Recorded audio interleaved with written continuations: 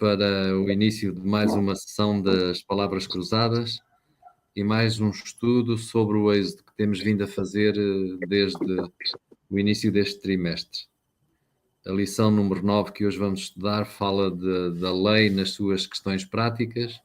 Nós viemos de uma lição anterior que foi a aliança no Sinai, a aliança em que Deus culminou por dar a lei, os 10 mandamentos ao seu povo, através do seu servo Moisés. E hoje vamos falar dos estatutos, do Código da Aliança e dos aspectos práticos em que esta lei se traduzia depois na vida de todos os dias do povo de Israel. Ora bem, porque é que a lei é assim uma coisa tão importante? Em qualquer cultura, em qualquer vida em sociedade, são necessárias leis que regulam os diversos tipos de relação das pessoas umas com as outras e com as propriedades e com os seus bens, etc. Pois era exatamente aqui que Deus pretendia que, de uma forma prática, os israelitas vivessem de uma forma diferente daquelas comunidades que eles conheciam ali à volta, que eram os estrangeiros onde eles estavam, e cujo objetivo era, de alguma maneira, influenciá-los. Por isso, Deus quis que eles tomassem conhecimento daquilo que era a maneira deles gerirem o seu dia-a-dia nas relações de uns com os outros. E para isso, então, vamos falar de alguns aspectos interessantes destas leis, destes estatutos, que não têm a mesma, digamos, a mesma importância, o mesmo valor que tem a lei, que é a lei central da aliança com o seu povo, que é a da lei dos 10 mandamentos, mas tem alguns aspectos práticos que derivam daqueles 10 mandamentos, mas que de alguma maneira não são de maneira nenhuma, digamos, uma bitola para nós nos regirmos hoje na nossa cultura da mesma forma. Exatamente. Boa tarde, boa noite a todos. Estamos uma vez mais aqui no nosso programa Palavras Cruzadas. Hoje estou eu, Isilda e o nosso irmão Mário, e vamos, nos poucos minutos que temos, falar um pouquinho sobre a lei na prática, não é? Vivendo a lei, é o título da lição número 9. E o verso áureo diz o seguinte: Então disse o Senhor a Moisés: Assim dirás aos filhos de Israel: Vós tendes visto que eu falei convosco desde os seus, não fareis outros deuses comigo, deuses de prata ou deuses de ouro, não fareis para vós. Isto está escrito no livro de Êxodos, capítulo 20, versículo 22 e 23. Portanto, a introdução começa a dizer-nos logo, conforme disse muito bem o irmão Mário, que o objetivo do povo de Israel era ser uma luz em todo lugar que eles passassem, não é? Eles estavam no deserto em direção à terra prometida. Vamos perceber isso ao longo da lição, que o próprio Deus, não é? A promessa foi feita a Abraão, e ele disse logo a Abraão que não seria nem Abraão, nem a descendência a seguir, seria a quarta geração que herdaria, que veria a nova terra. Portanto, o povo de Israel estava a caminho da nova terra e Deus foi lhes dando orientações, não é? Orientações de como deviam viver entre eles, não é? É interessante porque vamos perceber até mesmo no aspecto de como os senhores deviam tratar os seus servos, vamos perceber depois muito bem. Então, era uma forma de minimizar, a lição diz, de amenizar como seres humanos pecadores que somos naturalmente, temos a tendência a fazer as coisas erradas, tendência ao pecado, tendência ao mal. Então, Deus, além dos 10 mandamentos, deu aqui alguns códigos, não é, de conduta, onde não seriam apenas os 10 mandamentos que foram dados pelo próprio Moisés, mas uma extensão disto para que o povo pudesse, dessa forma, perceber como deviam viver, agradando a Deus e uns com os outros.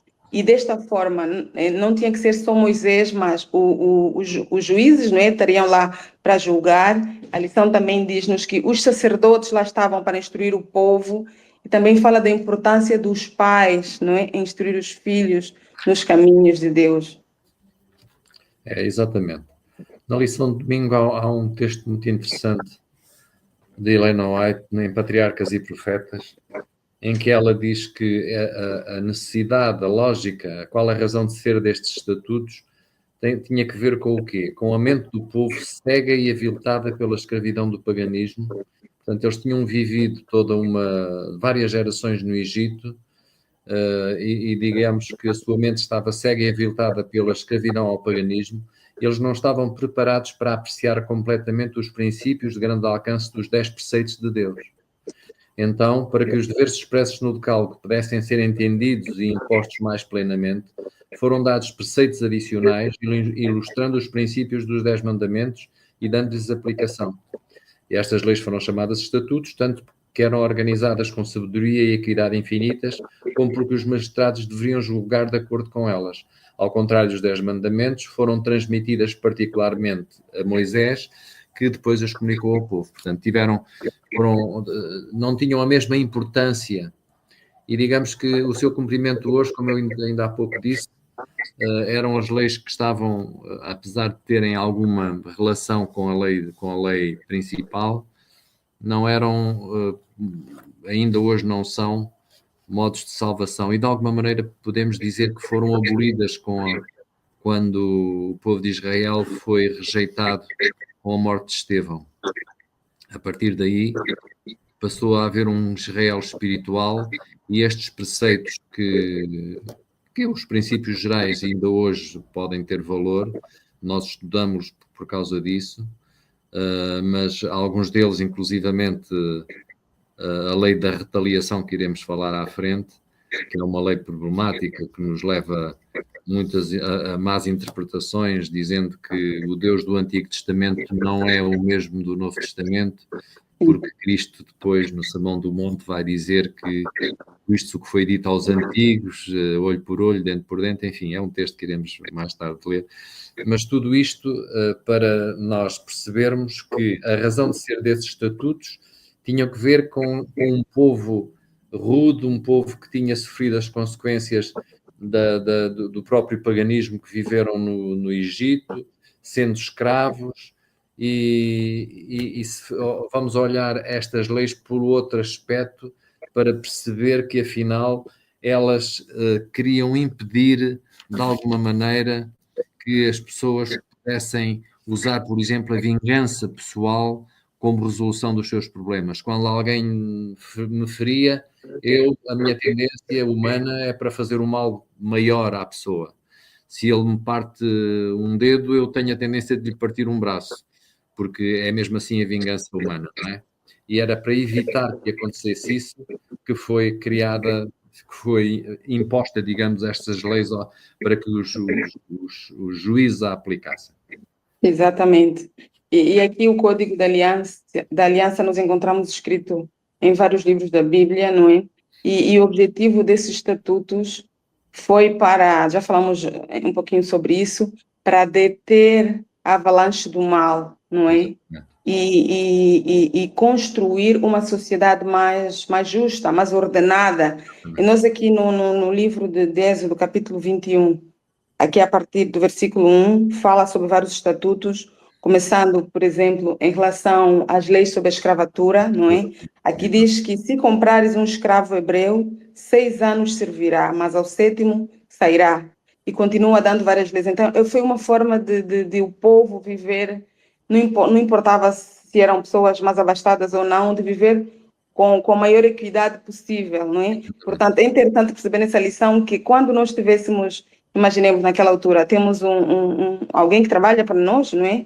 Uhum. Um escravo, digamos, devia ser bem tratado, não é? Nós conhecemos muito bem a história da escravatura e vimos como os escravos, mesmo agora nos documentários e nos filmes, como os escravos eram maltratados, e isto era considerado normal, não é? Desde a altura, o dono pode fazer o que quiser, eram tratados pior até do que alguns animais são tratados hoje em dia. Exatamente. Portanto, mesmo conhecendo todo o contexto, e o Deus que nós adoramos é um Deus que sabe o fim desde o princípio, mesmo neste assunto, ele estabeleceu ordem, não é? Os senhores deviam tratar os seus escravos com respeito, com equidade, com com justiça. Também fala em relação aos juízes quando estavam, não é, a julgar, que deviam julgar com justiça, segundo a lei, serem Exatamente. o mais transparentes possíveis, agora não me vem a palavra, mas o objetivo mesmo era que o povo pudesse, na relação entre eles, serem o mais justos possíveis. Não, é importante nós realçarmos este aspecto da lei da escravatura que dizia o seguinte: portanto, a pessoa tornava-se escrava, por exemplo, se tinha uma dívida que não podia pagar, enfim, que tinha cometido um erro na sua vida que o levou a fazer isso, e essa pessoa tornava-se escrava daquele a quem devia o dinheiro. E era escrava durante os primeiros 7 anos. Ao fim desse tempo, ela era obrigatoriamente, a não ser que esse escravo não quisesse, mas obrigatoriamente o senhor deveria dar-lhe alforria, deveria-lhe dar a liberdade. Fala a verdade. E isto não só a ele como à família, se ele tivesse sido escravo com a sua mulher, os seus filhos, etc., eles eram libertados ao fim de 7 anos. O que significava isto? Significava que, digamos que esta classe de escravos tinha tendência a acabar, se fossem Sim, cumpridas estas regras. Se fossem cumpridas. exatamente, é Sabemos que verdade. depois, na prática, talvez não fossem, porque sabemos como é o homem, como é que é o coração humano, como é que é a ganância, etc. Mas o que é facto é que a lei inscrita mandava e obrigava a que o senhor, ao fim dos 7 anos, libertasse o seu escravo. E isso era uma maneira de não perpetuar a escravatura. Exatamente. E também tinha o facto de que o escravo, após esse tempo, se ele quisesse, imaginemos, se ele entrou solteiro, se a mulher foi dada pelo senhorio, se os filhos foram todos feitos na casa do seu dono, não é? Na altura em que ele tivesse a possibilidade de sair, ele livremente poderia dizer, não, eu prefiro continuar com o meu senhor. Exatamente, exatamente. Isto fala uma vez mais a É do favor. respeito pela pessoa. Exatamente, exatamente. Exatamente. Depois há muitas leis, as leis depois, isto é por ordem da leitura dos capítulos do Êxodo, nós vemos que depois da lei dos servos que vai do capítulo 21, de 1 a 32, depois no capítulo 22, a partir do verso 16, temos as leis da sedução de virgens, a lei das feiticeiras, do tratamento que era dado aos estrangeiros também, a lei sobre as viúvas e os órfãos. E há uma coisa interessante, quer no problema das virgens, que eram, vamos supor que um homem desflorava uma jovem, ele era obrigado a admiti-la como sua mulher, não é? E isso implica, de facto, um respeito muito grande também pela mulher. Ele era obrigado, não podia abandoná-la, como ainda hoje se faz tanto na nossa sociedade. É verdade. Depois, o tratamento dos estrangeiros. Era sempre realçado que Deus dizia que não te esqueças que foste estrangeiro na terra do Egito, que foste escravo no Egito e, portanto, deves tratar bem o estrangeiro que está nas tuas portas. Mesmo nos mandamentos, mesmo no mandamento do sábado, o estrangeiro era convidado também a guardar o sábado exatamente como a família judia que o acolhia. E isso é uma coisa muito interessante. Depois, a proteção sobre as viúvas e os órfãos. Não havia, nesta altura, nesta sociedade, não havia uma segurança social como nós temos hoje. E a mulher que ficava viúva ficava um pouco sem um meio de sustento. E, portanto, a sociedade deveria proteger esta pessoa, deveria proteger não só a viúva, como também como o filho ou os filhos que ela tivesse. Muito E bem. é importante ressaltar estes aspectos destas leis, porque todas elas se referiam a um cuidado especial com os mais frágeis da sociedade. Exato. A lição também fala sobre o ano do descanso, que Sim. no livro do capítulo 23, No capítulo versículo 23, 2, diz: digamos, 6 anos semearás a tua terra e colherás os seus frutos, porém, no 7º ano, a deixarás descansar e não a cultivarás, para que os pobres do teu povo achem o que comer e do sobejo comam os animais do campo. assim farás com a tua vinha e com o teu olival. Mais uma vez, a proteção dos desvalidos, daqueles que não tinham nada.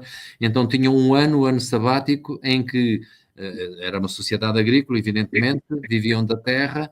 Havia um ano que eles deveriam deixar de cultivar aquelas culturas como, sei lá, o trigo, com os cereais, a oliveira. Eles deveriam de preparar a terra para os cereais, não tinham cereais nesse ano, mas, por exemplo, as oliveiras e a vinha e os frutos, esses que a árvore continuaria a dar, esses seriam para aqueles que precisassem.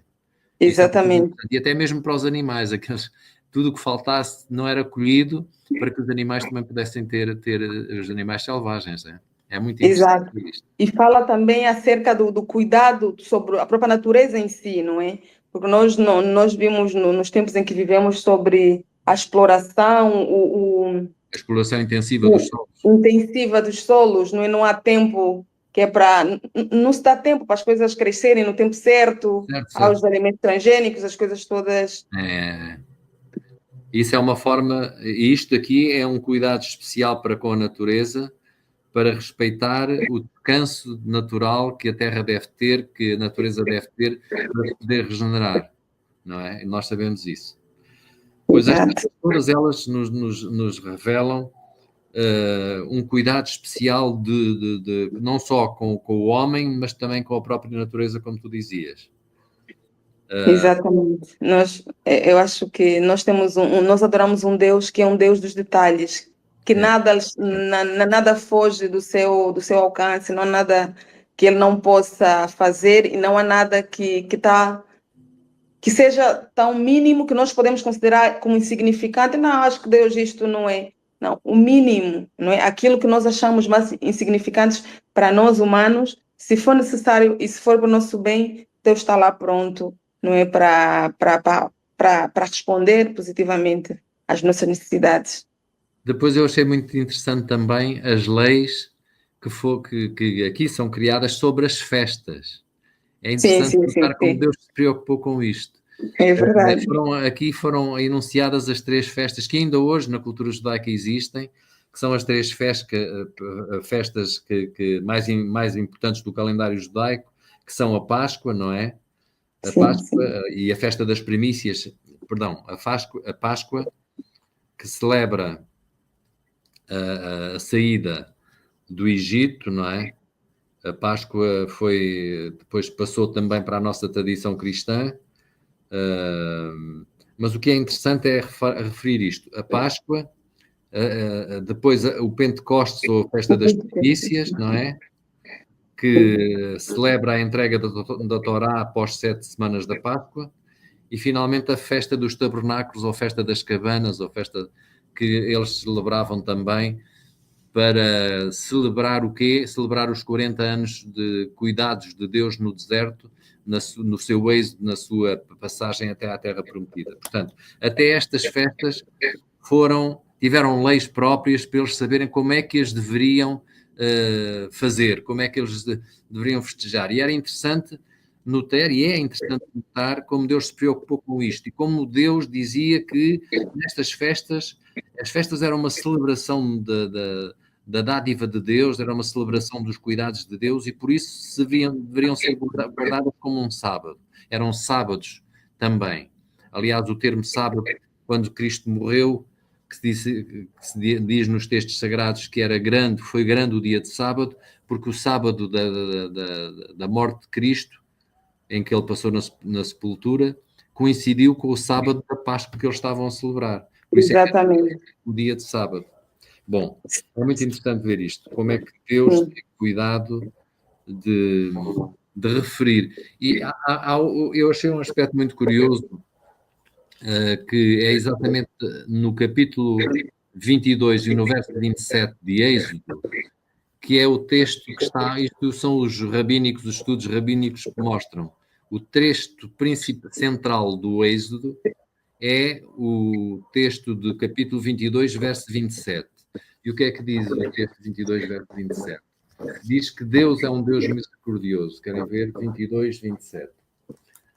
Porque Portanto, será, pois, que quando eu clamar a mim, eu o ouvirei, porque eu sou misericordioso. É o texto central do texto, portanto, do Êxodo. Portanto, é um texto central que significa que é um texto importante, que mostra o Deus amoroso que nós temos. Mostra-nos o Deus do Êxodo como um Deus de amor. Sim, e isto joga por terra o conceito que se tem às vezes de que nós adoramos um Deus triste, um Deus que não quer que as pessoas se alegrem, não é? Parece que praticamente em todas as estações, ou em quase todas as estações, tinha motivo para comemorar, não um é? motivo para comemorar, exatamente. Exatamente, era na primavera, no verão, no outono. Portanto, em todas as estações, Deus deu o privilégio ao povo de se alegrar. Além da alegria semanal que o povo tinha todos os sábados, não é? Então, tinha épocas apropriadas, estabelecidas pelo próprio Deus, que é para o povo celebrar, para estarem uns com os outros, para estarem em festa, não é? Portanto, nós adoramos um Deus que é um Deus de festa também, que é um Deus que gosta de ver o seu povo feliz, o seu povo a se alegrar, o seu povo contente, o seu povo unido, não é? Nós temos um Deus que está conosco em todos os momentos da nossa vida. Eu achei interessante também a lição que falou sobre o plano original de Deus, não é? Ela é a seguir. Temos mesmo que apertar porque estamos muito atrasados. Exato. A lição diz que não era a intenção de Deus que os israelitas lutassem pelo seu novo território, não é? Exatamente. Deus, e vários exemplos temos na Bíblia, e o mais próximo foi quando Deus abriu o Mar Vermelho, não é? O Exatamente. povo não fez nada. Moisés simplesmente orou e Deus abriu o mar, uma coisa impossível. E já muito antes do povo sair da terra do Egito, Deus falou a Abraão, não é? Nós sabemos que Deus prometeu a terra prometida aos seus filhos, Abraão, Isaac, Jacob e todos esses. Deus disse que seria a quarta geração. Não é? Por acaso, foi um dado novo para mim, muito interessante, porque, na verdade, mesmo em relação a nós, nos tempos em que vivemos, nós dizemos assim, estamos no tempo do fim, mas parece que falamos de boca para fora, não é? Porque na Bíblia tem tudo. Se o povo fosse um pouquinho mais atento, se calhar teria percebido que estavam mesmo bem pertinho da terra prometida. Mas, infelizmente, por causa da incredulidade do povo, eles ficaram lá os 40 anos no deserto, mesmo por falta de fé, não é? Porque eles estavam pertinho da terra prometida. Já era a quarta geração e Deus tinha prometido ao povo, Deus tinha, segundo os vários exemplos que já tinham ocorrido, que o povo não precisava lutar, não precisava. Eu acho que até se nós pensássemos dessa forma, hoje não teríamos as guerras que temos tido, não é? Parece que cada ano aparecem novas guerras, não é? Porque o Deus que nós adoramos luta pelo seu povo, não é? Deus, como tu disseste, informou Abraão de que havia necessidade desses 400 anos. Porquê? Por que razão é que aconteceu isto? Diz-nos a inspiração da serva do Senhor, diz-nos que Deus deu um período de graça aos povos que estavam na terra prometida, não é? Para que eles se pudessem arrepender. Deus estava pronto a dar o seu território aos hebreus como uma nova pátria, mas de preferência que este povo aceitasse o Deus verdadeiro. Não é? Eles não aceitaram, eles continuaram sempre numa cultura idólatra e Deus, de facto, vemos ao longo do Êxodo, vemos isso, que a maior preocupação do Senhor para com o seu povo era que ele não aceitasse a prática idólatra dos povos que os rodeavam. Porque isso é a abominação maior que nós podemos fazer a Deus, é não guardar o primeiro mandamento ou ter outros deuses diante dele. Era essa prática que ele condenava. Mas passando agora para a lição, que já falámos também de alguma maneira, do olho por olho de quarta-feira, vemos que Jesus aqui, em Mateus capítulo 5, versos 38 a 48, Jesus vai interpretar o significado daquela lei da retaliação de que nós falámos atrás, do Êxodo. Ele diz assim: ouviste o que foi dito, olho por olho, dente por dente. Eu, porém, vos digo, não resistais ao perverso, mas a qualquer que te ferir na face direita, volta-lhe também a outra face, e ao que demandar contigo e tirar-te a túnica, dá-lhe também a capa. Portanto, isto é, digamos, um mandamento que parece que contradiz o anterior. Já Exato. vimos qual foi, digamos, a intenção de Deus a dar estas leis, porque estávamos a falar com um povo com uma cultura de escravos que tinham sido muito maltratados, que estavam com uma revolta enorme contra os seus antigos senhores e, portanto, essa cultura do ódio facilmente se passava para a cultura da relação pessoal de uns com os outros.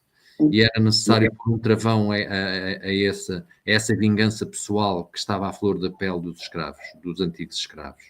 De maneira que essa foi a razão de ser para esta lei da retaliação do olho por olho, dente por dente. Sim, sim. Diz. Sim, como disseste inicialmente, realmente parece uma contradição, não é? Porque se lermos no livro de Êxodo, diz olho por olho, dente por dente, por dente, não é? Se for queimado, queimar. Fala sobre várias leis que acontece alguma coisa, tem que ser morto. E Jesus vem e parece que diz completamente o contrário, mas não é bem isto. E realmente, durante os anos antes do nascimento, do crescimento de Jesus Cristo, isso significa que a lei foi posta em prática pelos juízes de maneira errada, não é? Exatamente. As coisas não eram julgadas. Exatamente. Sim? Porque o objetivo da lei era uma reconciliação. Era sempre a perspectiva de reconciliação em vez da perspectiva da vingança pessoal. E esta frase de Cristo ao dizer-nos que aquele que te bater na face oferece-lhe a outra é exatamente para evitar a retaliação. A retaliação que é sempre feita, quando é feita na base da vingança, ela tende sempre a fazer um dano maior que aquele que nos causaram a nós. É Portanto, verdade. e depois o outro repete na mesma moeda. E isto é uma pirâmide que não termina, enfim, só com a morte. Logo. Sim. Para evitar essas rixas de sangue, as lutas que terminavam em morte, pois a maneira correta era fazer isto. Portanto, Sim. Mas o objetivo por trás desta lei era trazer justiça, conciliação e restaurar a paz entre os contendores. Pois, quantos de nós, nos tempos de hoje, não acabamos repetindo de alguma forma as práticas do povo de Israel, não é? Porque somos seres humanos, pecadores como somos. Claro. Quando alguém faz mal ao nosso filho, não é? Ou a um amigo nosso, não é? O amigo vem e conta-nos a versão dele, olha, o fulano tratou-me assim, assim, assim. Nós nem sequer queremos mais ouvir o outro lado. Exatamente. Nós vamos logo e fazemos, e julgamos e condenamos e, se for possível, matamos a outra pessoa e muitas vezes a outra pessoa é inocente, não é? Exatamente. É o Então, espírito de vingança, é o espírito de vingança. sim. E Deus dá-nos, mesmo em Deuteronômio no Antigo Testamento, ele diz que a vingança não pertence a cada um de nós. A vingança pertence ao Senhor. E só ele é que pode ser vingativo no aspecto de que só ele sabe a intenção, só ele conhece o coração da pessoa, não é verdade? É verdade. Portanto, Deus, digamos que seria alguém que se pudesse vingar com justiça, se é que se pode dizer assim. Mas, portanto, a mim me pertence a vingança, a retribuição a seu tempo, portanto, a seu tempo é com justiça, não é verdade? Exato. Portanto, nestes versículos nós percebemos, e há vários textos do Novo Testamento, como Romanos 12, 19, que nos mostram exatamente que Deus é um Deus justo. Portanto, é claro que até que o Senhor traga justiça, que hoje falta no mundo, que era necessário dar aos juízes no antigo Israel a determinar a lei, não é? E aplicar a lei, aplicar uma punição justa quando ocorria qualquer dano ou qualquer prejuízo, era necessário fazer-se um julgamento com equidade. Mas, de facto, no tempo de Cristo, nós sabemos que as leis tinham sido tão mal aplicadas, todas as leis, inclusivamente a lei do sábado, não é? Os judeus tornaram o sábado um fardo para todos porque puseram-na com tantos dogmas, com tantas pequenas leis, que o sábado, de facto, em vez de ser um dia prazeroso, um dia de adoração, tornava-se um fardo e tornava-se qualquer coisa de muito custoso para o judeu. não É é? verdade. Eu, com as últimas palavras, já vi que estamos mesmo sem tempo. Eu gostaria de dizer que em qualquer situação que estivermos, quer seja como juízes, não é? Porque de alguma forma podemos estar numa posição superior e ter algumas pessoas que dependem de nós, não é? Que Deus nos possa ajudar a sermos os mais justos possíveis, não é?